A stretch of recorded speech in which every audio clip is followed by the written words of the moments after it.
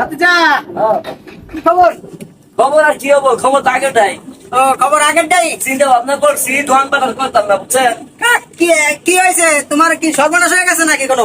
সর্বনাশ হয়েছে, কয়দিন করে বিক্রি করে ভাত খাওয়া লাগবো। ভিক্ষা করে ভাত? ভিক্ষা করে লাগবে না, তুমি তো কয়দিন পরে মনে করো কোটিপতি হয়ে যাবা।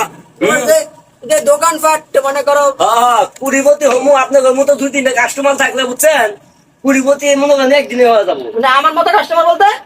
না, আপনার মতো না, আর কি করতেছি, আপনার মতো কাস্টমার। ও আচ্ছা, তাই শুনলাম তুমি নাকি বাকি রেখে যাও বলে বন্ধ করে দিছো।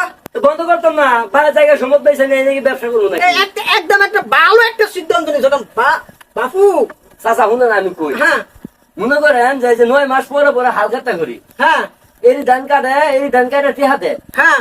যখন ধান লাগাইবো তখন খাওয়া শুরু করে, ধান কাটা ধান বেচা পরে টিহাতে। বলো ধান কেটে দুটো তুমি সে এইবার মনে করেন যে 1 মণ মিষ্টি নিয়ে আইছি, কি আরে 1 মণ মিষ্টি নিয়ে আইছি, হাল খাতা করবো, হ্যাঁ। করার পরে মিষ্টি খাবো, হ্যাঁ বুঝছেন? হ্যাঁ। আল্লাহ বুঝতে তাইলে না, আমার মিষ্টি টেটা উড়ে নাই, খাতার টেটা তো কত রুস্তা। তুমি যারা ছেড়ে বাড়ি দিও না, মানে বাড়ি দিবা আমার মতো যারা সলিড টাকা বাড়ি দিবা। হ্যাঁ, এই যে আসল কথাটাই কইছেন।